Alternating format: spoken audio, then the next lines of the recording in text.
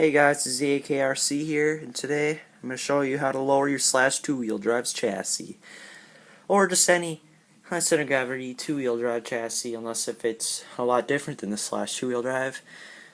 But yeah guys, I'll show you how. Okay guys, so the supplies you will need for this build will be some aluminum, some L-channel aluminum obviously, I'll show you that in a little bit, some plastic, and a rotary tool or a Dremel, and some screws, and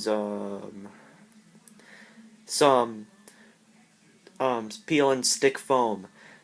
And I think that's it. Otherwise I'll cover it in the video, but yeah, that's what you'll need. Okay guys, so in this video unfortunately I'm not going to show you how I make it step by step, but I'll actually show you the chassis and tell you what I did step by step. So yeah, I'm going to take off the body, which is my brother's rare Napa edition body, and it's totally tattered, but we put some shoe glue and drywall tape on it. And yes guys, here it is, the completed chassis. And yes, this is my Rustler's old chassis, because originally, like a couple months ago, I broke it. I don't remember how I did it, but it was kind of stupid. I had a chassis brace for it, and then right when I took it off, it kind of broke, and it was like a custom one. But yeah, here's the truck. Set it up here in my SC10 box, which I still have, which you guys think I'm kind of weird, but it's just me. I don't have any good pictures, so this is a good picture.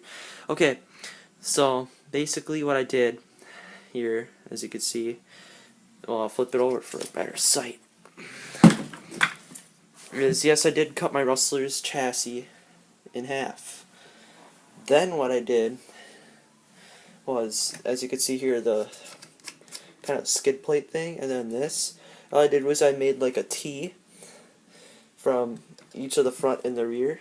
I don't know how long I made it, but I'll have the measurements. There was the body.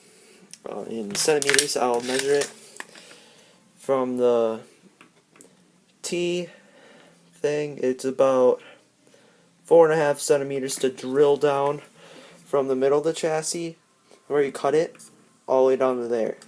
But it's directly in the middle too, where this line, the middle section of it, the obtuse angle, the middle part of it, you cut directly through there. That's how I did it.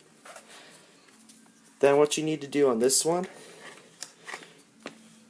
you can either do it the same way, or what I did, I just guess cut it. I didn't actually measure, I'm just telling you guys what I did. About 3 centimeters. So you can do that on both sides, or just to repeat the back at the front. Whatever, it don't matter. So yeah, like I said, I have some L-channel aluminum, as you can see. Actually, for me, it's a T-channel, because this huge brace goes through, and then the top, so it's like a T-channel, which strengthens it a bit more. This part of it I don't really need, but I didn't cut it off, so I have some extra strength. Then, what I did for the ESC, it looks kind of junky, but it kind of works. I wish I could think of something better, like the Stampede mounting system. So, yeah, I just took a piece of foam that came with my eRevo, strapped the ESC onto it, snugged alongside the receiver, onto a piece of plastic from like a box to put like shoes in and stuff, like not a shoe box, but like plastic ones that you could like shove under your bed or something.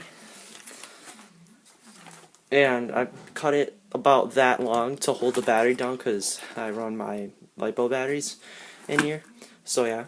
Then for the screws, what I use for the front, I use some regular old screws that you usually find on the Traxxas models, like the, I don't know what kind they are, but they're like the average small ones, not the super small ones like on the eRevo, mini eRevos. They're just use the medium ones. You can use any screw you want, like hardware store screws and nuts or whatever. I just use that.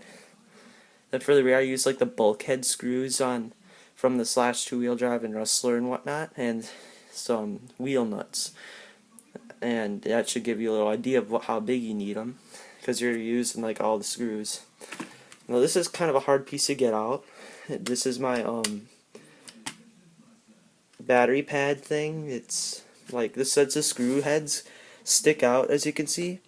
I just put some battery foam on here so that the battery stays down. Believe it or not, the battery actually stays down. Now with me right now, I don't have my light bulb, but I have something equivalent to it. I have this old like nickel metal hydride battery. I think it's like 1,500 milliamps. But yeah, it fits in there. And if you push it down because you need a little weight, which I'll show you, it can slide right through. And this nickel metal's a little taller than my hard cases I run. But the sad thing is if you don't have the battery expansion kit, but you could still use with this, just get the screws and raise it up through the holes, and then just raise it up, and then do the same thing with the post, and the battery expansion kit will in fact work with this. And yeah, what you need to buy also with it, obviously the Rustler chassis and the upper deck, which I forgot to tell you guys from the beginning, but you'll need those. And yeah, basically that's about it. Let me think here if there's anything else. Oh yeah, I forgot the comparison of the chassis. So here I have with me the little high center gravity chassis, which is kind of old. Broken a post off the back, and then this one right here seems like it's not broken, but it's just totally worn down. You can't even screw through that one. This one you can see is broken, so I drilled this out. It's pretty nifty for like an ESC that's broken wires. So here's the height. I'll get it lower for you guys. So guys, let me see if I can get this in one shot. Okay. So here's the chassis height. This thing is almost about dead on with the motor mount or the gearbox. It's about a good inch drop.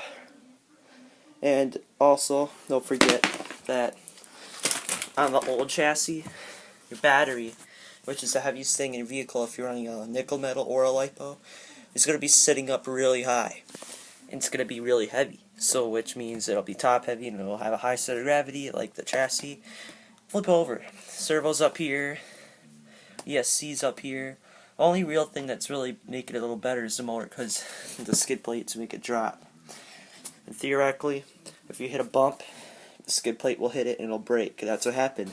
So you had the RPM one, which also kind of got into crap because you had the stripped screw, and it kind of got way overstripped because you used so many screw stripping kits. So yeah, the only cool things I could do with this chassis now really is either throw it out, use it for plastic, or I forgot to use a speedometer on it, which might not do anymore because it's a high center of gravity chassis.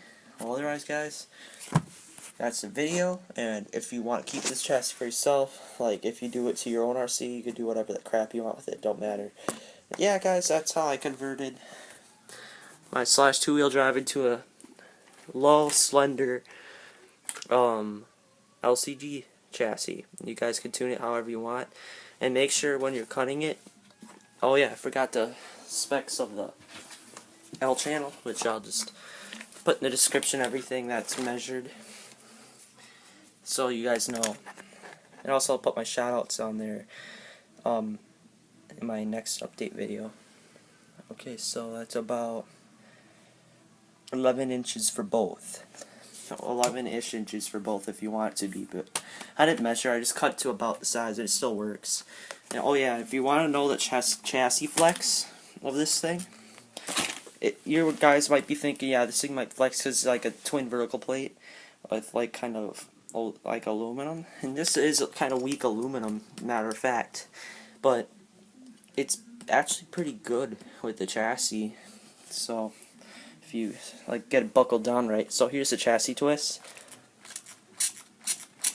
and I'm trying a little, but otherwise if like I hit something, it kind of absorb it a lot. My brother, he's using this for like jumps and like running into things and doing outrageous crap, and he always runs into things. One time he even ran into a pumpkin with it, and he split his bulkhead and his A-arms and crap. That was kind of funny, but he could have broke a lot more than that, so this thing's kind of flexible for that. And if you want it to be more straight, I would use thicker like aluminum for the bottom, like plate the bottom with it strong, and use for the battery pad, use aluminum. It might be a little heavier, but it don't matter. Also, what happened to my chassis, so I could use it for this, is it snapped. I don't know if you could see this crack. That's on the plastic I put over the top to support. It's just from the when I crashed it with my rustler, and then I used it from another LCG conversion, which got sucked where I took the gearbox and extended it. That's the worst possible one. Unless if you go with SCRC, which are actually good, but if you use your own custom methods, it won't work. Cut it in half and do what I did.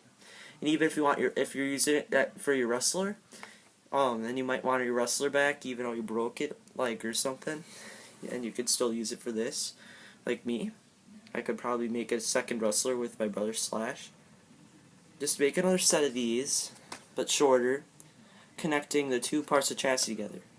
That might make it a little stronger because the plastic's touching each other, but then yet you'll lose some battery space maybe because those screw heads, like I said before, which might affect it, but I'm not sure. You can either do this setup with the foam or just like do the cutting, but then take some strips of aluminum, one down here, one down here, one down here. I don't know. I just didn't have a bunch of aluminum. So now I'll end the video. So yeah, guys, that was my brother's Slash two-wheel drive LCG and how to make it. And I'll put the measurements in the description, and I will see you guys later.